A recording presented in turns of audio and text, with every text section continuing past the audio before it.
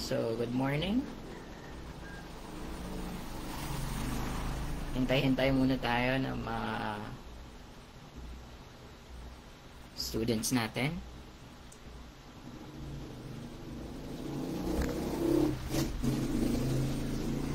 Good morning, everyone. So, for today, I'll discuss the diagnostic exam for general education for numbers 1 to 20 lamang kasi since holiday ngayon at also All Saints Day, kailangan natin na of course mag-review muna. So comment kayo kung nasan kayo ngayon. Hopefully nagre-review pa rin kayo kahit matagal pa yung March. Good morning, everyone. You can support my Facebook page by sending stars. Okay, so ngayon hanggang 1 to 20 muna tayo ang i-ration natin.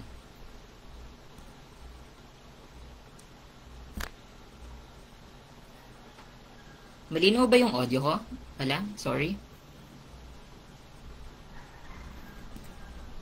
Okay, good morning kay Miss Rizalyn.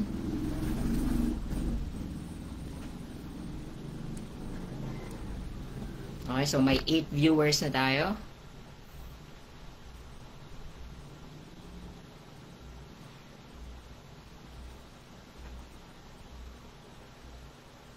I will start at exactly 9:40, mga 9:45. Siguro hintay lang tayo mga at least mag 15 tayo. So hopefully yung mga good morning kay I don't know, kay Ome Kwento Musada. Okay, so hopefully yung mga nanonood dito, yung mga nag-take nung diagnostic exam, kasi i-reveal ko yung mga sagot at yung of course yung bakit yun yung sagot, i-explain natin kasi kailangan nyo yun. Tapos titingnan lang natin, ipapresent ko din sa inyo kung ano yung mga numbers na nahirapan yung mostly ng mga students. Okay, so thank you. Thank you po, Ome Kwento Masada. Taga saan ka po?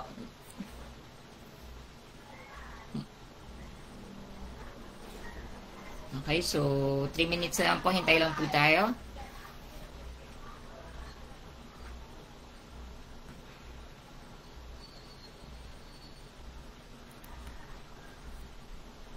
Okay.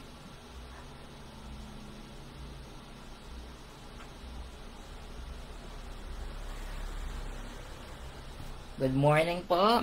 Good morning po ulit, Ms. Rizalyn. Okay. Okay, so 9:43. We'll start at 9:45 a.m.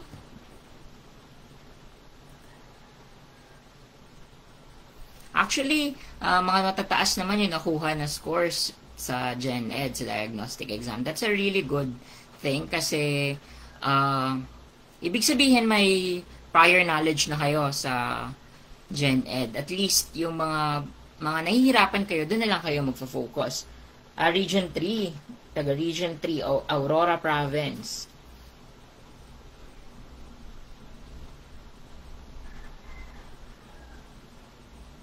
May mga tanong na nahirapan talaga mostly.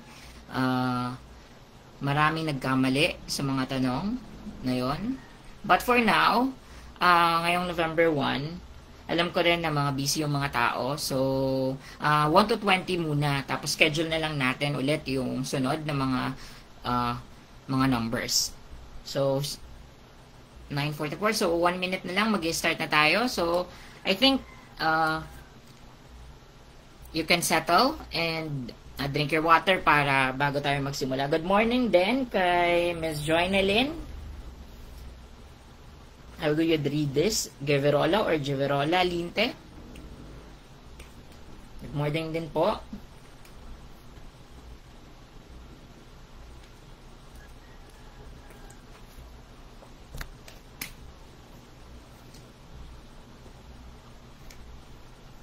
Okay, you can share this live sa mga friends nyo at saka sa mga iba pang tao na alam nyo na magte-take din ng licensure examination for teachers ngayong March.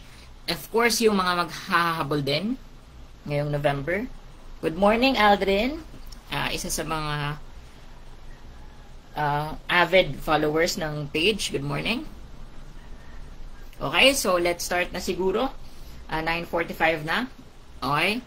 So for those who for those who did not answer in the general education diagnostic exam, pwede nyo i-comment yung mga answer nyo doon sa specific questions na nasa screen para matest nyo din kung nasa na kayo.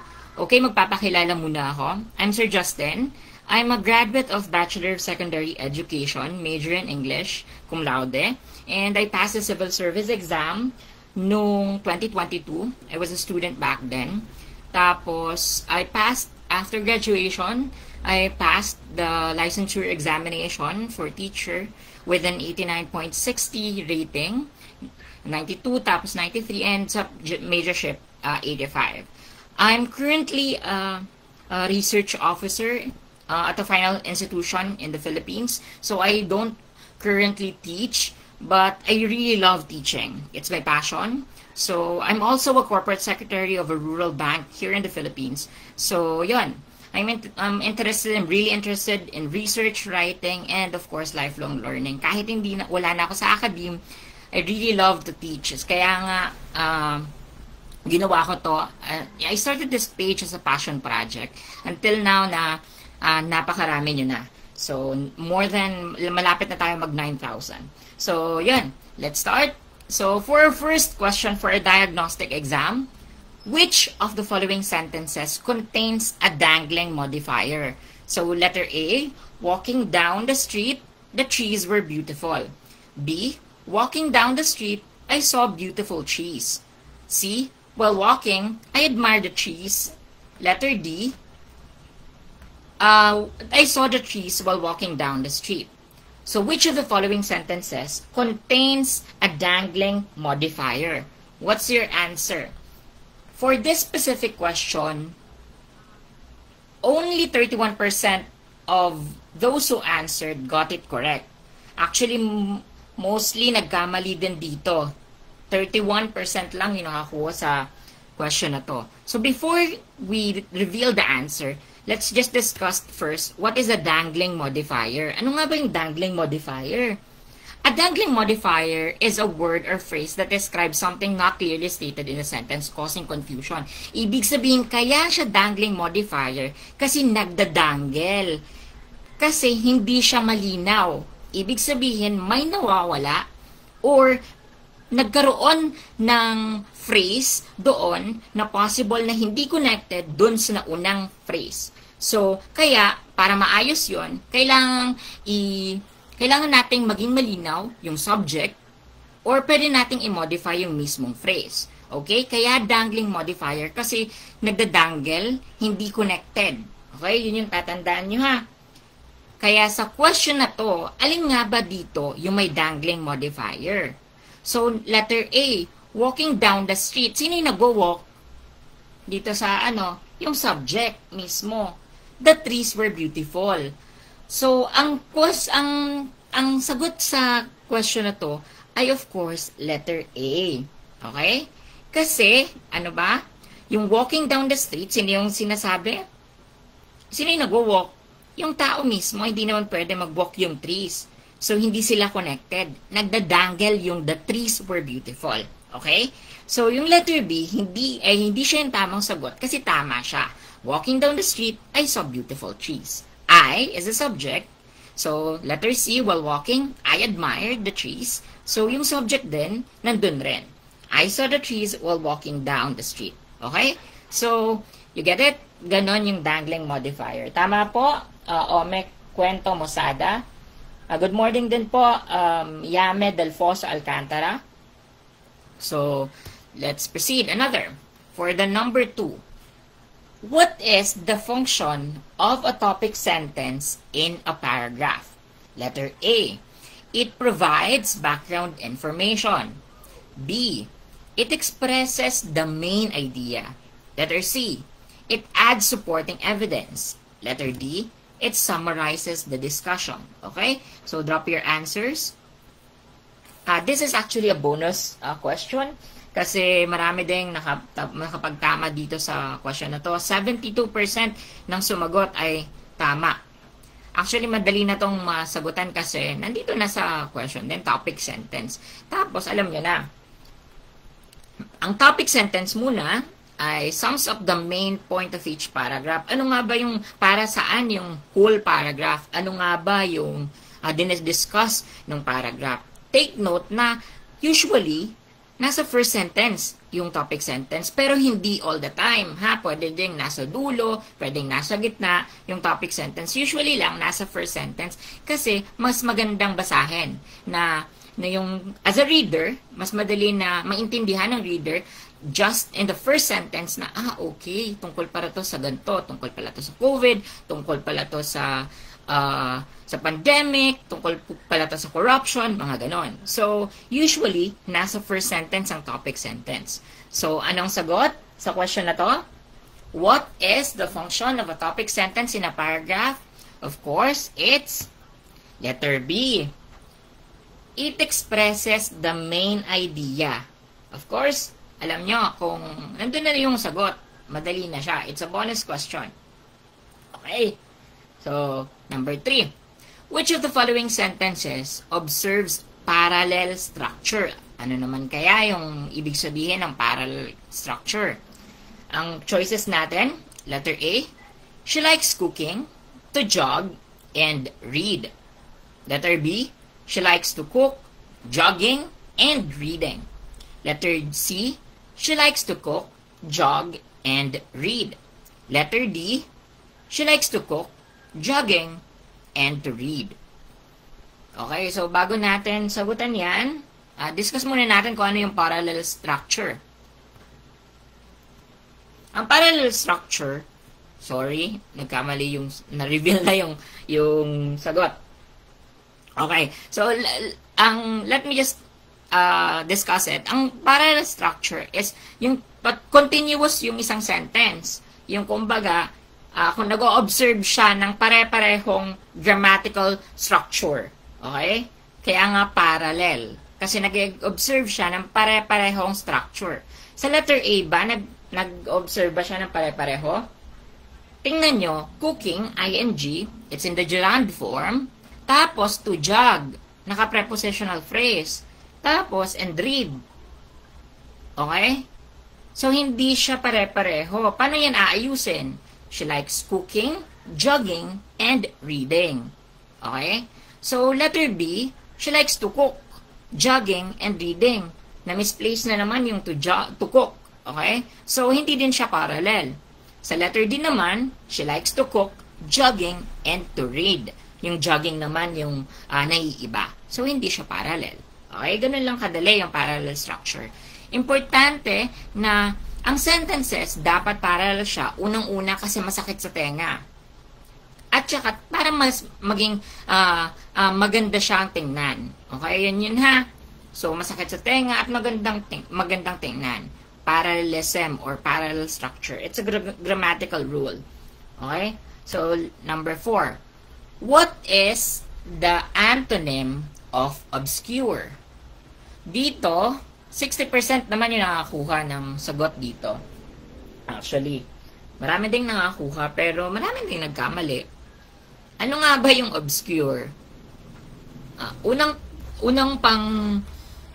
parinig pa lang parang medyo negative yung obscure. Negative. Ganun kasi yung pag hindi mo alam yung word, pakinggan mo yung word, tapos alamin mo kung negative ba siya or positive. May mga words na kapag pinakinggan mo, automatically alam mo na agad kung medyo negative ang meaning nito o medyo positive yung yung meaning. So, ang obscure ay isang adjective na ang ibig sabihin ay hindi alam or hindi natin malabo, ganon. So, ganon yung obscure. Ano ba yung hidden medyo negative din. Yung vague, medyo negative. At complex, medyo negative. Kung yung obscure, ang hinahanap dito sa question is antonym, yung kabaliktaran daw ng obscure. Of course, it's letter A. Clear. Tama po, Aknologia at Ome Kwento Mosada. Okay, good morning. Okay, good morning. Tama din, Aldrin. Okay, so I hope na marami sa inyo dito na nanonood din. Pwede din kayong sumagot, lalo especially yung mga hindi nag-take ng diagnostic exam na for general education. Okay, so let's proceed.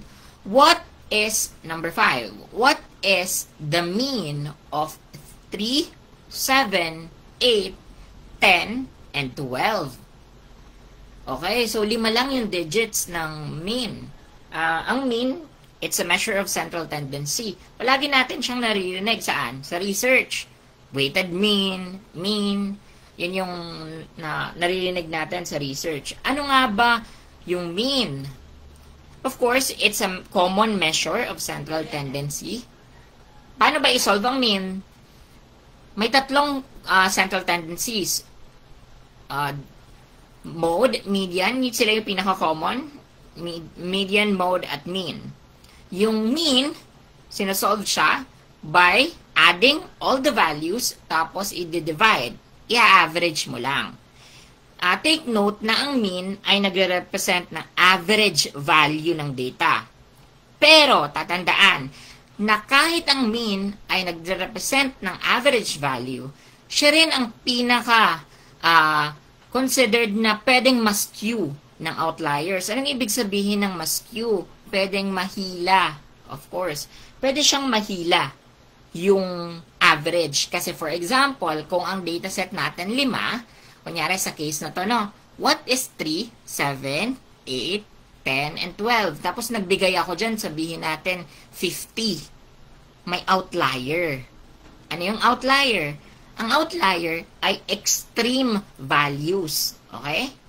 Ang outlier ay extreme values. So, ang mean, madali siyang mahila ng mga outlier. Okay? So, madali siyang mahila ng outliers. Kaya, hindi din siya prescribe kapag may mga outlier. Ano yung prescribe pag may outlier? Sinong makakasagot? Ano yung prescribe kapag may outlier? Ano dapat yung gagamitin natin instead of mean? Kapag may outlier,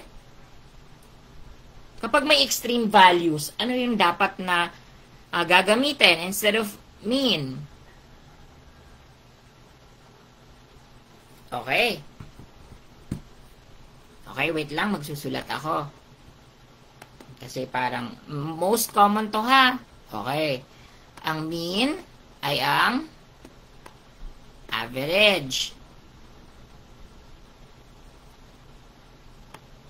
Average.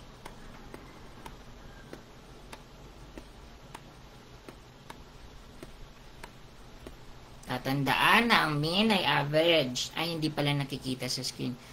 Wait lang. Tapos, ang median naman, tatandaan na ang median ay, ano ang median?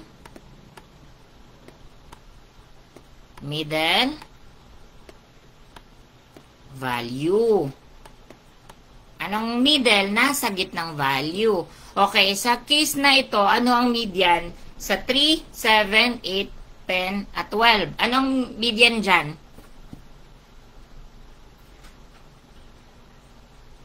Ano ang median? Sa case na to, sa question na to, what is the mean of the median? What is the median of 3, 7, 8, 10, and 12? Ano nga bang median dyan?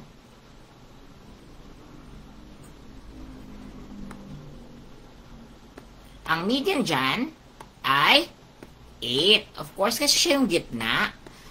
Tatandaan na kapag hinahanap ang median, kailangan yung i-arrange chronological, by its number, kung by its value. For example, increasing or decreasing, dapat pa increase. Okay? Kailangan nyo siyang i-arrange muna. Okay? So, kailangan nyo siyang i-arrange muna. So, since dito, sa case na to, naka-arrange naman, increasing value, 3, 7, 8, 10, at 12, ano yung gitna? Yung 8. Okay? Paano pag may, kunyari, since ito naka-odd number, kapag naka-even number, kukunin yung dalawang magkatabi, i-divide nyo into 2. Okay? Ganun lang. Pag odd, madali makita kasi ang middle value niya is 8. Pero kapag even naman, kailangan yung i-divide, i-plus yung dalawa, tapos i-divide nyo into 2. Yun yung magiging median. Ang mode naman ay yung most common value doon sa dataset. Dito, may mode ba? Wala siyang mode. Okay? Wala siyang mode. Anong iba't ibang klase ng mode? Unimodal, bimodal, at multimodal. Alam niyo ba yon? Anong klase? Pag isa lang, unimodal, tapos bimodal, pag dalawa, tapos multimodal. Okay? Dito, wala siyang modes. Kasi, no mode siya kasi wala siyang kapareho. Okay? So, sa case na to, sabi ko kanina, sa tanong kanina, balik ako dun sa tanong ko kanina, kapag may outliers, ano yung dapat na susundin? Tama si Acnologia at si Ome. Ang susundin ay yung middle value, of course. Yung middle value yung susundin. Kasi, siya yung hindi maapektuhan. Or, konti lang na may possibility na maapektuhan ng outliers. Okay? So, hindi siya maapektuhan ng outliers kasi naka-arrange lang siya. Kaya yun yung sinusunod. Okay? Okay? Naintindihan na? Okay, sa case na to, ano yung sagot? 3 plus 7. Paano daw isolve yung mean? Ia-add, tapos i-divide. So, 3 plus 7 is 10. 10 plus 8, 18. 18 plus 10, 28. 28 plus 12 is 40. Ilan ang values? 1, 2, 3, 4, 5. So, 40 divided by 5 is 8. Okay? So, 8 yung sagot. 8 yung mean dito. Tama si Jeruel Mark, si Ome, at yung iba pa, si Aldrin, at si Ms. Rizalyn Tabo po. Tama po kayo sa sagot dito? Okay, so, dito naman. Sa number 6, a number is divisible by 6. Nabigla ako dito kasi 73.6 lang yung nakatama. Sa question na to, may mga nagkamali pa. A number is divisible by 6 if. Paano ba ito kunin? Paano ba kunin kung ano yung mga divisibility? Of course, may divisibility rules tayo. Okay? May divisibility rules tayo. Ito yung mga divisibility rules. Kapag 2, paano masabi na divisible by 2? Ang last digit ng number is even. Okay? Sa Gen Ed na nakikita to, actually mga tanong na to. So, ang divisible by 2 kapag even, at kapag divisible by 3 naman, ang sum of its digit, i-add nyo. Kunyari, 1, 2, 3 na number, 123. 1 plus 2 is 3 plus 3 is 6. So, kung yung last na lahat ng sum of its digits ay divisible by 3, divisible by 3 din siya. Okay? Kapag 4 naman, represented by its last 2 digit, yun lang. Divisible dapat siya ng by 4. Kapag 5, mas madali ang 5. Dapat 0 at 5 lang ang last digit niya. Parehas ng 10. Dapat ang digit niya is 0.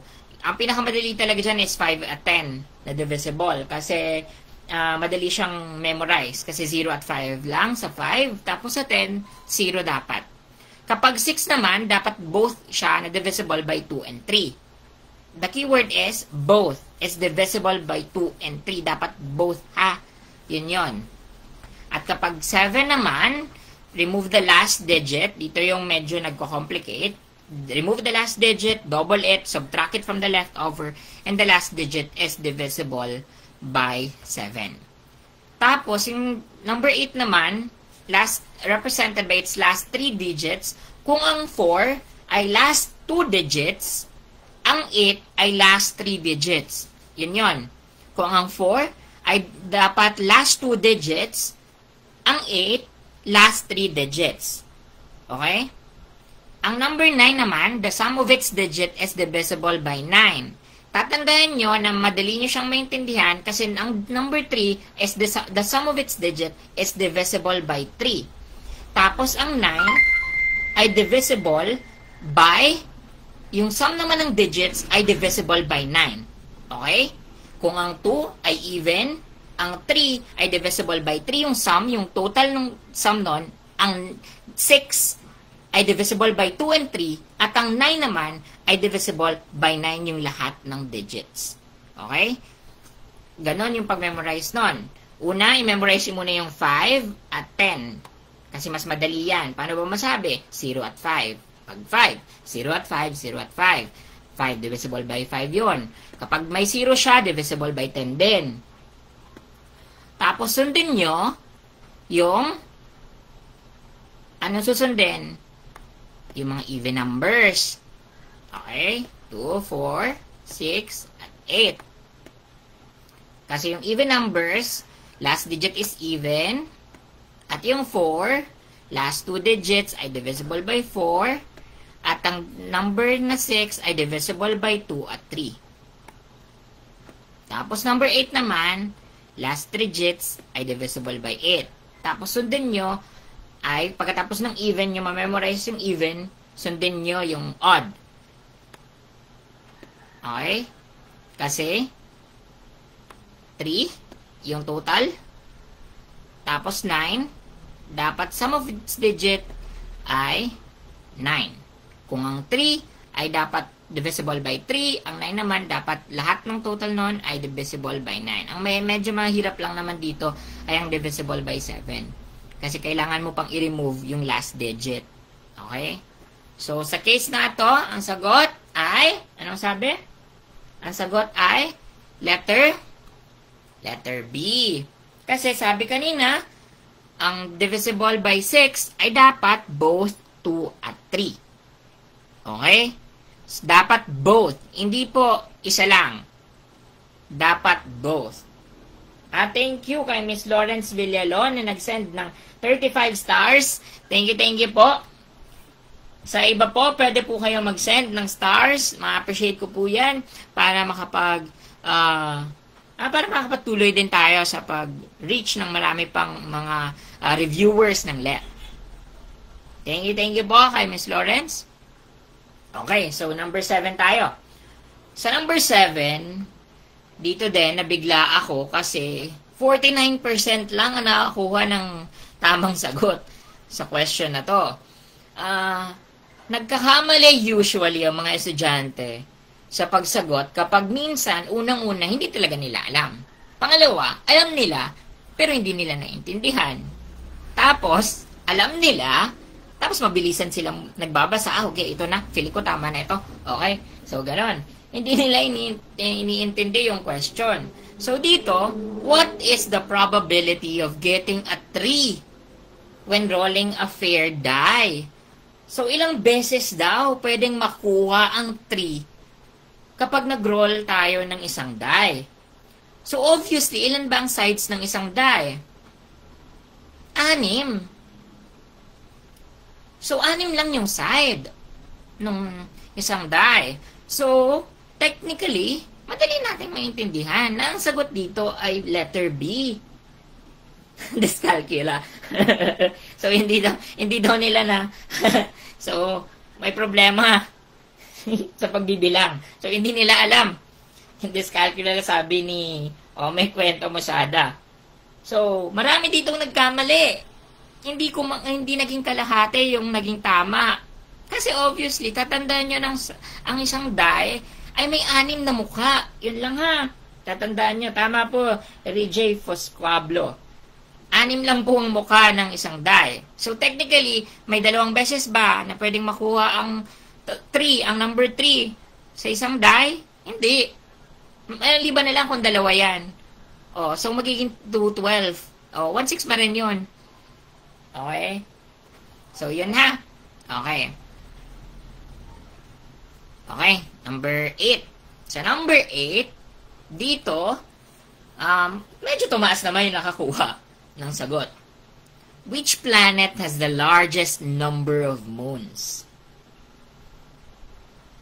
Actually, sa question na to, 66.4 naman na nakakuha. Sa question na to, wala talaga yung pinaka-sagot na planet na may pinakamaraming moons. Kasi hindi naman talaga siya. Pero since wala doon sa options, pupunta tayo doon sa pinakamarami sa options. Kasi hindi naman natin pwedeng sabihin na, ay, kasi PRC, wala dito sa sagot mo. Wala dito sa mga options yung sagot. Of course, tama palagi yung PRC. So, since wala yung pinakasagot dito, hanap tayo ng sunod. Okay. So, ano ba ang pinakamarami? Ang pinakamarami ay, of course, Saturn, na may 146 na moons. Napakarami ng Saturn. 146. Ang sunod ay Jupiter with 95 moons. Ang sunod at Uranus with 28 moons. Ang Neptune ay may 16 na moons. Ang Mars ay 2, may 2. Ang Earth ay 1. At ang Mercury at Venus ay wala. Okay? So, wala sila. So, sa sagot na to ay, ano ba ang pinakamarami dyan? Hindi po Neptune. Jupiter. Kasi wala yung Saturn. Wala yung Saturn, kaya Jupiter yung sagot. Since wala yung Jupiter, ay ilan nga yung moons ng Jupiter? 95. Siya yung pinakamaraming moons sa options. Kaya ang sagot dyan ay Jupiter. Okay, now you know. Jupiter. Saturn ang pinakamarami, pero pangalawa yung Jupiter since wala siya sa options, Jupiter yung sagot. Okay, dito naman. Obviously, dito maraming nakapagtama kasi obvious naman. 99.2. May isa lang na hindi ko alam kung na-confuse ba siya sa tanong. May isang tao na nagkamali dito. Bonus question na to. Ano ang kauluguhan ng sawikain na nasa Diyos ang awa, nasa tao ang gawa? Maghintay sa tulong ng Diyos? Of course, hindi. Nasa Diyos nga ang awa, nasa tao ang gawa. Diyos lamang daw ang makakapagliligtas. Hindi naman kasi hindi naman pwedeng tahimik lang tayo sa buhay natin tapos hindi wala tayong ginagawa. Tapos magpe-pray lang tayo lagi. Ganun din sa board exam. Dapat nagre-review din tayo. So, yan ha. So, letter D, hindi din ang gawa ay walang kabuluhan. Kasi, hindi naman pwede na overall, wala porket may mga ginagawa tayo, tapos, wala na yung kabuluhan. Lahat ng actions natin, nagko-contribute din sa kahit mga minor na ginagawa natin, nakakontribute din kung sino tayo, kung sino yung character natin at yung integrity natin as a person. So, yun. Ang obvious na answer dito ay letter B. Ang tao ay dapat kumilos habang nagtitiwala sa Diyos. Ganon din sa review. Sabi ko nga, ang board exam ay hindi siya patalinuhan lang. Pasipagan ng pagre-review at paramihan sa GenEd, paramihan ng nabasa. Kaya nga effective na everyday, nagdi-drill kayo kahit tig 100 or tig 50 or tig 10 man lang yan. Kasi after yung 10 questions na nasagutan nyo ngayong araw, sa 10 days, naka 100 na kayo. O kung 100 pa yan, o sa 10 days, naka 1,000 na kayong questions. So yun ha, effective ang drills. makinig po kayo, trust me on this. Mag-drill lang ng mag-drill. Yes, mag-enrich kayo ng knowledge nyo, pero ang drill kasi ang LEP is all about exam taking. So dapat matuto kayo ng mga exam taking skills. Sa Prof Ed natin 'yan, mas magbibigay ako ng mga exam tips sa Prof Ed kasi nandun talaga yung maggamit mo talaga yung mga exam taking skills. Okay, so dami ko nang sinabi. So number 10, alin sa mga sumusunod ang tamang gamit ng bantas? Okay? Dito, may mga nagkamali din dito. Okay? So, I understand. Ang importante, nagre-review din kayo kasi hindi pa naman March. Okay? So, alin sa mga sumusunod ang tamang gamit daw ng bantas? Saan ka pupunta, Carlo? Saan ka pupunta? Carlo? Saan ka pupunta, Carlo? Saan ka pupunta? Carlo? So, alin daw yung tama na paggamit ng bantas? Unang-una, ano nga ba ang bantas? Ang bantas ay punctuation. Punctuation marks.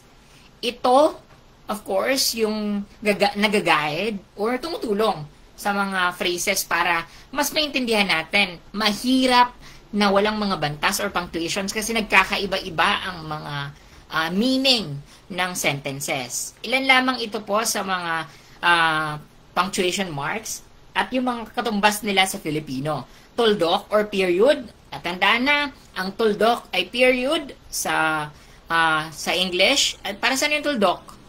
Of course, pag nagtatapos yung sentence.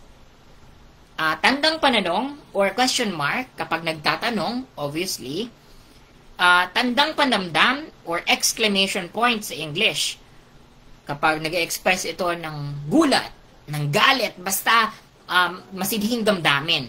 Tandang padamdam. Kuwit or comma, kapag may pause or kailangan ng i-separate ang mga nouns or pangalan sa isang phrase or sentence. Nagsaseparate din to ng mga clauses, ang kuwit or commas. Kapag may pause o may isa-separate na items yan po yung function ng comma. Kudlit or apostrophe. Ginagamit ba ang kudlit or apostrophe kapag nag-shorten tayo? It's, it is, ganon. Kudlit po yan tatandaan nyo, ang kudlit ay apostrophe. Ang gitling or hyphen. Naalala ko pero parang lumabas ata to sa Gen Ed ng isang kung ano daw yung translation ng gitling, parang may ganon. Kung ano daw ang equivalent nun sa English. So, that's hyphen po Okay, gitling. Saan pa ginagamit ang gitling? Okay, kaya nagsaseparate ng mga nagsaseparate ng mga words na nagdodoble. Yan po yon sa gitling. Sa English, ginagamit ng ang hyphen kapag nagsaseparate din ng mga kunyari adjectives. Kailangan niyang i-separate, nagagamit tayo ng hyphen. Okay? Tutuldok, or anong English ng tutuldok? It's colon. Okay? Colon. Kapag may items, o kaya kapag may conversation, tapos kailangan ng colons. Okay? Tutuldok or colons. Tuldok kuwit ay semicolons. Kung ang kuwit or comma, nagsaseparate ng items, ang tuldok kuwit or semicolons, pwede nang mag-separate.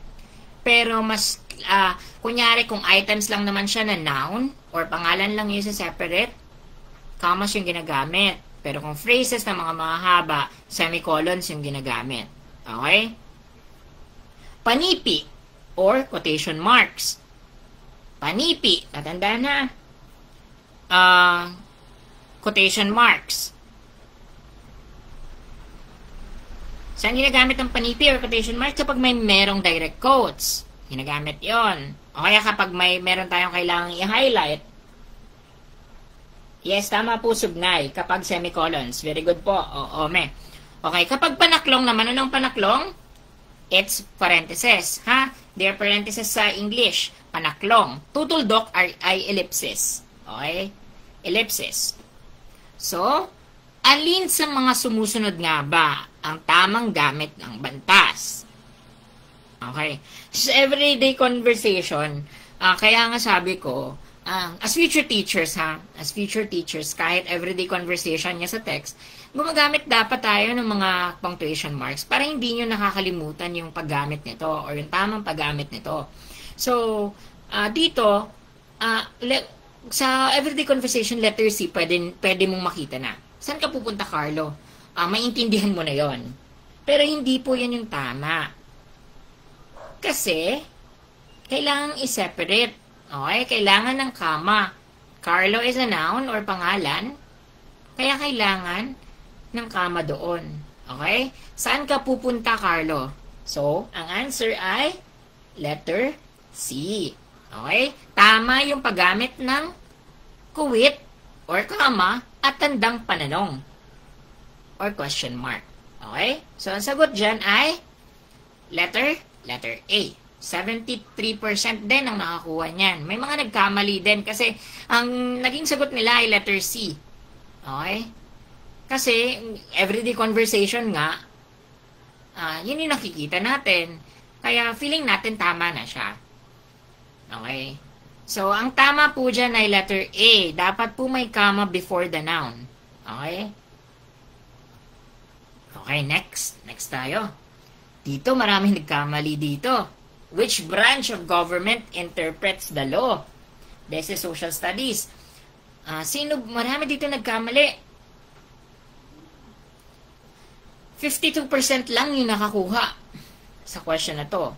Ilan muna ang branch of the government? Of course, ilan ang branch of the government? Kasali ba ang ombudsman sa branch of government? Hindi po. Okay? So, 3 lang yung branch of government. Ang branch of government ay executive branch, legislative branch, at judicial branch or judiciary. Okay? So, 3 lang po ha. Tatandaan nyo, ang executive, nandiyan na yan. Execute. Yan lang ha. Executive or the executive enforces laws or executes the laws or implements the laws. So, yun yung tatandaan nyo ha. Executive, they execute, they implement, they enforce. Okay? So, yun. Ha? Executive, nag-execute, nag-implement, or nag-enforce. Yun lang yun. Tatandaan nyo sa keyword na executive. Execute. Yun lang yung tatandaan. Legislative branch, nagle-legislate. Okay? Meaning, nagki-create, nagme-make laws, nag-amend ng laws, nagle-legislate. Yan po ha, legislative. Sa judiciary naman, nag-i-interpret lang sila ng laws. Sila din yung, kunyari, since ginawa ng legislative yung batas, i-implement ng executive, tapos sabihin natin na hindi maayos o may mali or unconstitutional yung pag-implement ng batas, judiciary ang pwedeng makapagsabi nun. Sino nag-head ng judiciary? Supreme Court. Tatandaan ha, ang judiciary, ang may head po ay judiciary, Supreme Court. Ang legislative, House of Representatives, at ang Senate or Congress as a whole. Okay? Ang executive, sinong namumuno?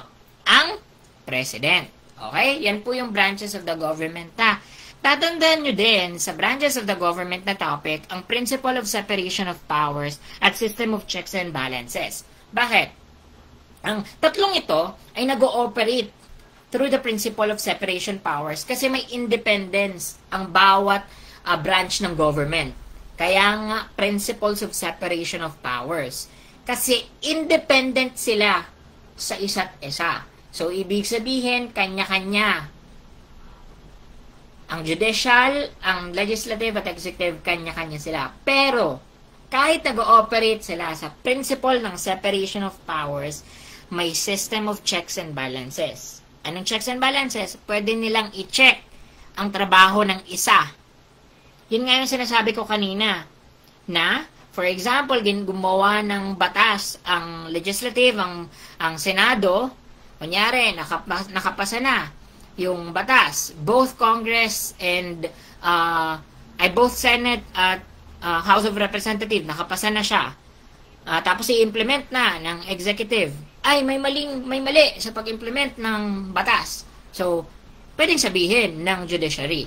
Yun yung method na yon ng pagsasabi ng judiciary na nagkakamali sa pag-implement, meaning, yun yung checks and balances. Kaya nga, kaya kahit independent sila sa isa't isa, interdependent naman sila sa isa't isa.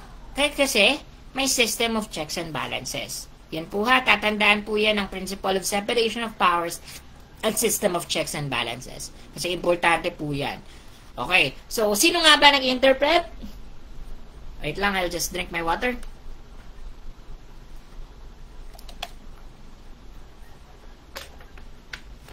Sino nag-interpret? Ombudsman ba? Meron sumagot ng ombudsman. May 3 sumagot ng ombudsman. Of course, hindi sila. Judiciary. Tatandaan na, ang judiciary ang nag-i-interpret ng batas. Sila yung nag-i-interpret. Okay, let's go. Number 12. The smallest political unit in the Philippines is... Dito may nagkamali. Although naiintindihan ko, kasi siguro na-confuse sila. What is the smallest political unit in the Philippines? A. Municipality, city, barangay, at purok. May mga na-confuse. Ito yung sinasabi ko kanina na iba't ibang uri ng mga test takers sa ino-overthink nila yung sagot sa question. Ano ba yung political unit? Ano ba yung iba't ibang political units sa atin? Ang local government units natin ay divided lang. Sa provincial, may provincial local government unit. Tapos may sunod, may cities, may municipal LGUs, tapos barangay level. So anong pinakamaliit doon? Ang barangay. Hindi po purok. Ang purok po ay under lang ng barangay. So, hindi po siya yung smallest political unit. Hindi naman po yun ini-elect o ano. So, hindi po siya political unit ha. Lang siya. Subgroup ng barangay. Kaya ang sagot po dito ay barangay. Okay. Dito na tayo. Hopefully, maraming check ko muna. Ay, may nagkamali pa rin sa sagot na to. Okay, kung hindi mo pa to alam, dapat malaman mo na to ngayon pa lang kasi mahilig to lumabas sa usually itong lumalabas sa left. Who is the father of Katipunan? A. Emilio Aguinaldo, B. Andres Bonifacio, C. Apolinario Mabini, D. Gregorio del Pilar. Okay. May mga nagkamali pa rin dito. Okay. Sino ba yung father of Katipunan? Sino yung father of Katipunan? Okay. Sino ba si Emilio Aguinaldo? Si Emilio Aguinaldo, siyang first president natin of the Philippine Republic. Okay? Hindi siya father of Katipunan. Siya ang first president ng Philippine Republic. Tatandaan na, Emilio Aguinaldo. First president ng Philippine Republic. First president ng Philippine Republic, Emilio Aguinaldo. Si Apolinario Mabini, ang utak ng revolusyon, ang utak, the brain of the revolution, Apolinario Mabini, ang paralitiko, ang dakilang lumpo, Apolinario Mabini. Tama po, may kwento sa Malolos. Okay? Sino naman si Gregorio del Pilar? Ang hero of Tiradpas. Tiradpas. Mabini. Of course, ang father of Katipunan ay si Andres Bonifacio. Ang Supremo, Bonifacio. Okay? Ang tamang sagot dito ay si Andres Bonifacio. Ang father of Katipunan, ang Supremo. Okay, so tatandaan po, Bonifacio. Supremo, ang father of Katipunan, ang Emilio Aguinaldo, first president of the Philippine Republic, Apolinario Mabini, ang Dakilang Lumpo, ang utak ng revolusyon, ang Gregorio del Pilar, ang hero of Tiradpas, PPP Tiradpas. Yan na, tatandaan po yan. Ano po yan? Madalas po yan lumabas sa Gen Ed, father of Katipunan. That's a basic knowledge po ha, kaya please, memorize it po. Andres Bonifacio. Number 14. Which sentence, lumabas na naman yung punctuations. Which sentence is correctly punctuated? Dito, is correctly punctuated. Letter A, Maria went to the market, bought fruits and vegetables. Letter B, Maria went to the market, bought fruits and vegetables. Letter C, Maria went to the market and bought fruits and vegetables. And letter D, Maria went to the market and bought fruits and vegetables. Okay, let's analyze it. Ang tamang sagot dito ay letter C. Bakit nga ba letter C? Okay, so sa letter A, Maria went to the market, nagkama, bought fruits and vegetables. So, doon pa lang sa fruits, tapos nagkama siya, doon nagkamali. Dito, tapos tatandaan na verb po ang went at verb din ang bought. Okay ha? Dalawa na yung verb. Diyan. So, alin na yung, alin na yung main verb sa dalawa, maguguluhan. Okay? Unless, kung conversation siya. Kasi pwedeng nating sabihin, Maria went to the market, pause, bought fruits and vegetables. Okay? Kailangan ba magkama dito? Dito? Hindi na, kasi dalawa lang naman. Okay? Hindi siya tatlo, yung list. Okay? Sa number 2, letter B, Maria went to the market, bought fruits and vegetables. Tinanggal nga, dito naman yung nagka-problema. Sa letter D naman, Maria went to the market and bought fruits and vegetables. Possible pa naman to. Correct, naman siya, tama naman talaga yung letter D. Pero, may mas tama. Okay? So, Maria went to the market and bought fruits and vegetables. So, alam natin na ito yung main verb at bumili din siya ng fruits and vegetable. Okay? Naintindihan po. Kaya letter C yung sagot. Okay na. Okay, dito basic na naman to. Wait, tingnan ko nga kung may mga nagkamali pa dito. May nagkamali pa talaga. May mga nagkamali pa pala talaga dito sa which word is a noun. Kailangan yung balikan ng basic English nyo ha. Okay, so which word is a noun? Ano nga ba ang noun? Noun is a names of person, place, thing, or idea. Yan di ba yung sa atin? Ang names of person, place, thing, or D. Usually, nakadivide ang noun sa common noun at proper nouns. Okay? Ang common noun, it's a teacher, school, book, freedom. Ang proper noun. Anong proper noun ng teacher? Si Sir Justin, proper noun. School, anong school?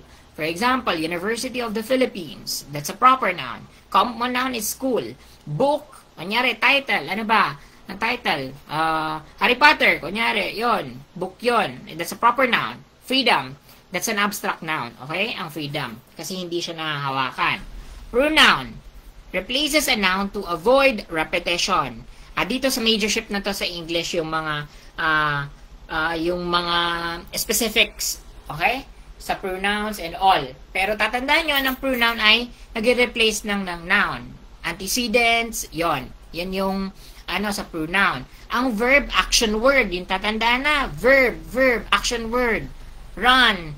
Ang is, jump, and write. Ang is po ay nagiging action word kapag, kunyari, for example, ano ba? Kasi dapat, ang isang sentence ay may subject at action. So, yung is, pwede din siyang maging verb. Ang adjective naman ay nagmamodify or nagde-describe ng noun at pronoun lang. Tatandaan na, noun at pronoun. Pero sa major in English na to, yung mga mas malalim na tatandaan nyo lang kung ano yung function. Yan lang yung sa Gen Ed. Tatandaan nyo yung function ng mga parts of speech. Ang adverb ang nag-modify ng verb, adjective, at pwedeng mag-modify din ng another adverb. Okay? Sa preposition, relationship. Preposition. The relationship, yun lang yung tatandaan nyo. Kasi may possession. Preposition, yung relationship. To, at, in, on. Yun. Mga preposition, between. Yun yung pwedeng, kasi tatandaan nyo yung word ng possession. Yung possession, may relationship. Conjunction, nagko-conjunct. Yun nga, connector, conjunctions. Yun yung preposition, possession. May possession, may relasyon. Okay? Yun yung preposition. Ang conjunction, nagko-conjunct, nagko-connect. Okay? And, because, although, yun po ang conjunctions, nagko-connect ng words, phrases, or clauses. Ang interjection, express strong emotion. Parang, usually, ang interjections may exclamation points. Okay? Yun po yan So, dito, which word is a noun? Of course, the noun is letter C. Table. It's a common noun. Anong run? It's a verb. Ang beautiful, it's an adjective. Ang letter D, quickly, it's an adverb. Ang adverb usually may li. Pero hindi naman lahat. Pero usually, may li yung adverb. So, ang answer ay table. Marami pang nagkamali dyan. Which word is a noun? Okay, dito tayo. What is the place value of 6 in 6,582? So, ano daw yung place value? Ang place value, ang value ng isang digit kung saan ito nakaposisyon. Yun yung place value. Tatandaan nyo na ang place value, lahat ng nasa left ay mga whole numbers. Tapos decimal yung nasa right. Okay? So, wait lang. Okay, tama po. Run, verb, table, noun, quickly, adverb, at ang beautiful adjective. Tama po, Soraina Bayrula. Yes po, tama po, Aish, Asteriel, Aishi. Adverb example as well. So, tama po. Dito po, ang place value, balik po ako. So, lahat po, ones, tens, hundreds, this is elementary. Ones, tens, hundreds, thousands. So, yun po. Lahat po ng nasa left ay mga whole numbers at lahat ng nasa right ay mga decimal. Tatandaan na wala pong ones. Ones walang ones sa place value kapag decimal na. Kasi fraction of a tenth na siya. So, nagsisimula na siya sa tenths, hundreds, at thousands. So, kapag tinanong, kunyari, 6,582.20, tapos tinanong kung ano yung place value ng 2 doon sa 6,582.20, ang answer ay tenths. Wala pong ones. Okay? So, yan na. So, anong sagot dito? Thousands, of course. Okay, 1,006 is 6,582 since ang 6 dito ay whole number. So, thousands siya. Okay? Nakuha. Next question. Yan, dito na. Ito, merong actual na, merong actual na Gen Ed question na ganito talaga yung tinanong.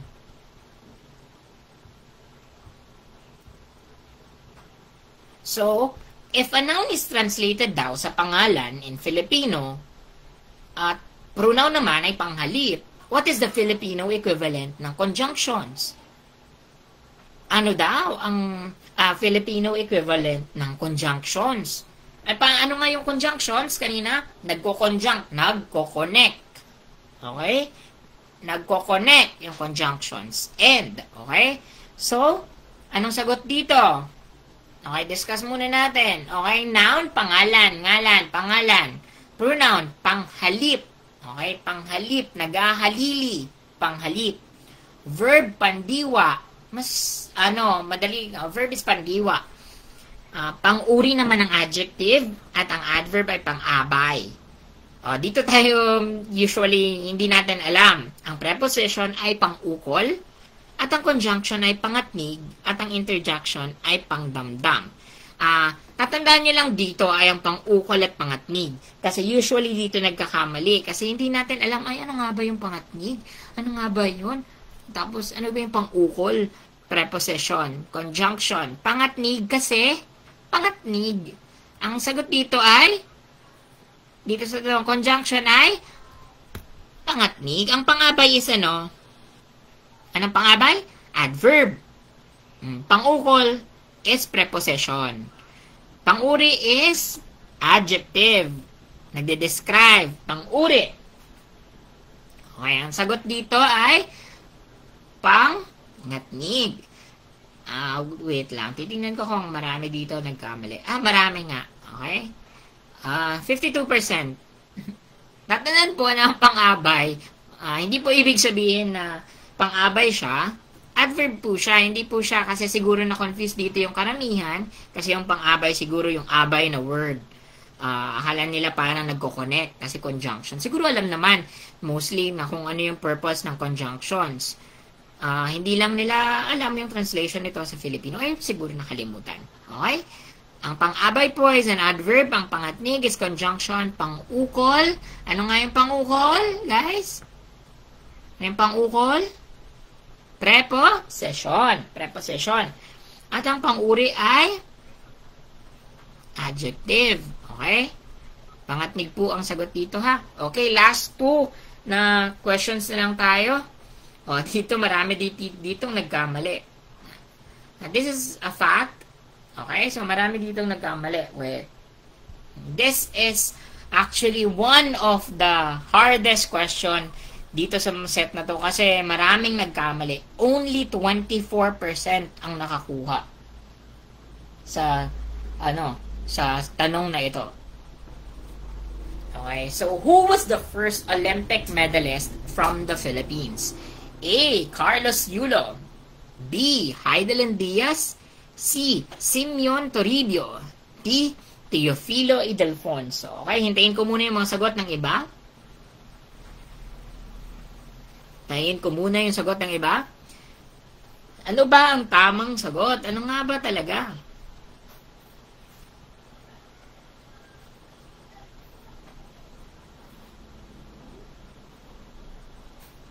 Ano nga ba ang sagot sa tanong na to?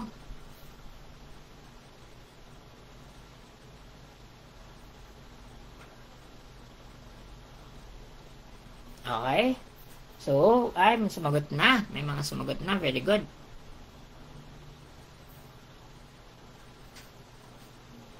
Okay, letter. Maraming nagkamali. Ang common na sinagot ng karamihan ay Heidelin Diaz daw. Si Heidelin Diaz daw yung first Olympic medalist from the Philippines. Siguro na ano nila yung pagkapanalo ni Heidelin Diaz na sinundan ni Carlos Yulo. Pero hindi po si Heidelin Diaz ang pinakauna pong Olympic medalist ng Pilipinas. Natandaan po na hindi po si Heidelin Diaz yung unang. Si Heidelin Diaz lang po ang ano si Heidelin Diaz? Siya ang pinakaunang Olympic gold medalist. Yun yung tama po si Aster Riel Aishi. Tama po siya. Si Heidelin Diaz, siya po yung first Olympic gold medalist ng Pilipinas. Pero hindi po siya yung first Olympic medalist. Yan yung key doon, ha? Okay. Si Carlos Yulo, ang first Filipino to win a gold medal sa World Artistic Gymnastic Championship at then sa Olympics din. Nakapag-gold na din si Carlos Yulo. Si Heidelin Diaz, siya ang pinakauna na gold medalist noong 2020 sa Tokyo Olympics. So, Simeon Toribio, high jumper siya. Bronze medal, 1932. Pero, ang tanong po, yes po, tama po. Teofilo Ildefonso. Siya po ang pinakaunang nakakuha ng bronze medal sa swimming. Okay? So, ang sagot po sa tanong na to, first Olympic medalist swimming, Teofilo Ildefonso. So, siya po ang pinakaunang Olympic medalist ng Pilipinas. Hindi po si Heidelin Diaz Si Heidelin Diaz, Olympic gold medalist. First Olympic gold medalist. Yan po yung Okay, so marami po dyan nagkamali. Okay, so for number 9. On April 9, 2022, Pinoy Big Brother aired an unforgettable episode where a housemate in a moment of national TV glory confidently blurted out, "Majoha." Feeling ko, alam nyo to. So, yung nasabi ng mga housemate na instead of Gomburza, Majoha yung nasabi nila. So who are these three Filipino priests martyred by the Spanish colonial government? Sino nga ba sila? A. Mariano Gomez, Jose Burgos, and Jacinto Zamora. Mariano Gonzalez. Letter B, Mariano Gomez, Jose Burgos, at Jacinto Zamora. Letter C, Mariano Gomez, Jose Burgos, and Jose Zamora.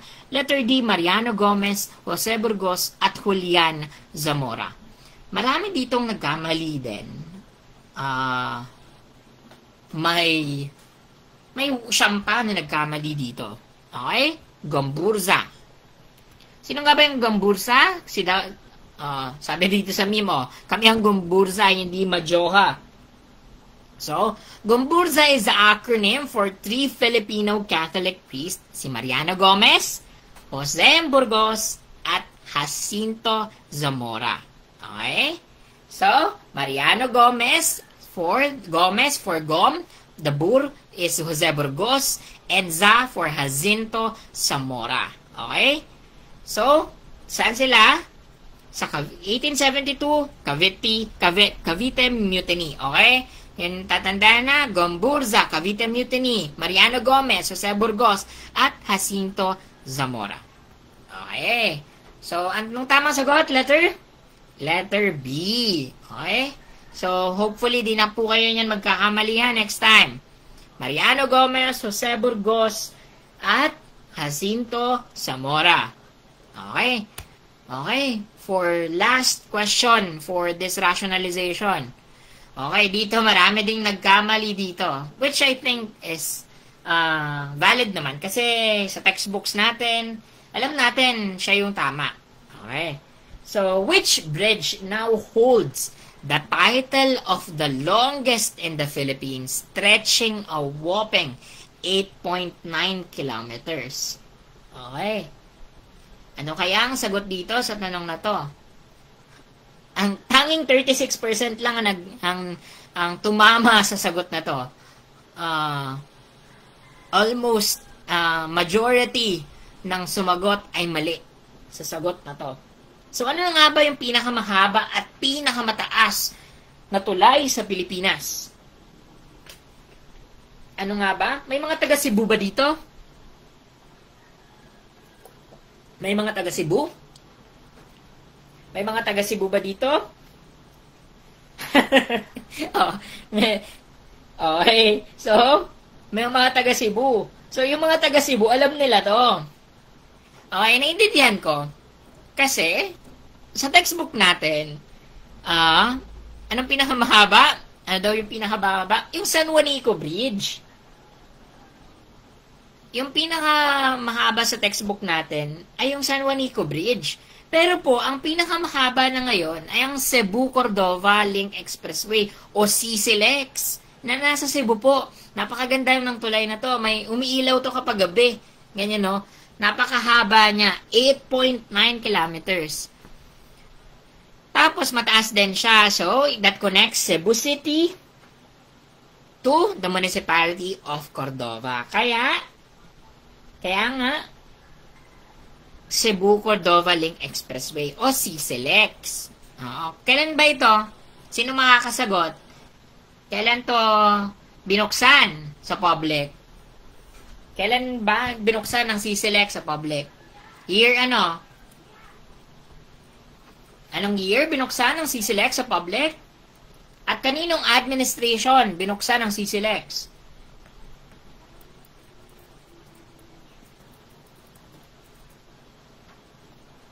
Kaninong administration?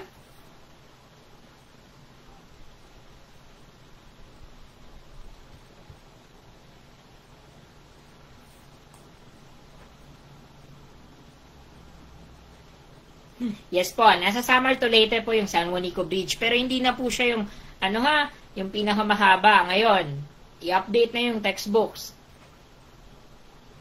Kailangan na natin i-update yon. Okay? CCLEX na po.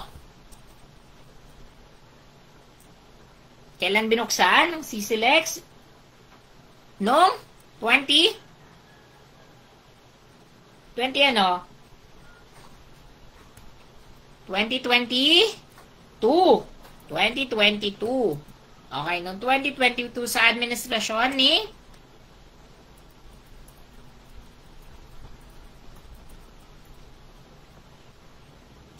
very good. 2022, panahon ni Duterte. Panahon ni President Rodrigo Duterte. Okay, Duterte administration. Very good po. Yame Delfoso Alcantara at Ome Cuento Mosada.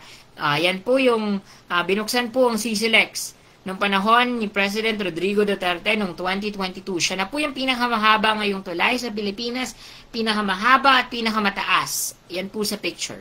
Okay, that's CCLEX. Okay? So, unfortunately, hanggang number 20 muna po tayo sa ating live. So, mag-schedule na lang po tayo ng sunod kasi alam ko na busy ang karamihan para sa Undas. Para sa November 1. Sayang nga kasi nasa around 40 viewers na tayo. Hopefully, mas marami kayo sa susunod na mga rationalization ng exam natin. So, ano pa ba yung mga susunod natin? Tomorrow, baka sundanan natin agad yung number 20 at least to 50 na questions. 20 to 50. Tapos, matapos lang natin yung Gen Ed, puproceed na tayo sa Prof Ed. Yung iba po, you can share this live sa mga friends nyo. At of course, please like and follow my Facebook page, Sir Justin, para sa updates at daily drills for LEP exam. So, I hope marami kayong natutunan ngayong araw. Thank you so much. Thank you sa mga viewers, active viewers natin. Hindi pa po ako makakapag-set ng time kasi alam ko na kanina nga na-late po tayo kasi medyo nagkaroon lang ng minor technical issue sa end ko. So, mag-upload na lang po ako, mag-notify na lang po ako sa page ko kung anong oras po. 20 to 50 na po yung irarasyon natin. So, please, like and follow sa page ko. And thank you so much po. Thank you. Yes po. Marami pong drills. Sama-sama po tayo. Yes, very good. Congratulations, 18 out of 20. May kwento Mosada. Thank you po. Magsama-sama po tayo until March. Libre lang po ang live ko sa lahat po ng mga LET examinees po kasi ito din po yung way ko ng pag-give back sa mga napakaraming tumulong din po sa akin nung season ko ng pag-exam. Kung bakit po ako nagkaroon ng mataas na rating. So ngayon po, it's a way of giving back to the people who really helped me. Okay, so thank you so much and yun, have a nice day. Ingat po tayo sa pag-celebrate ng Undas. Thank you so much. Goodbye.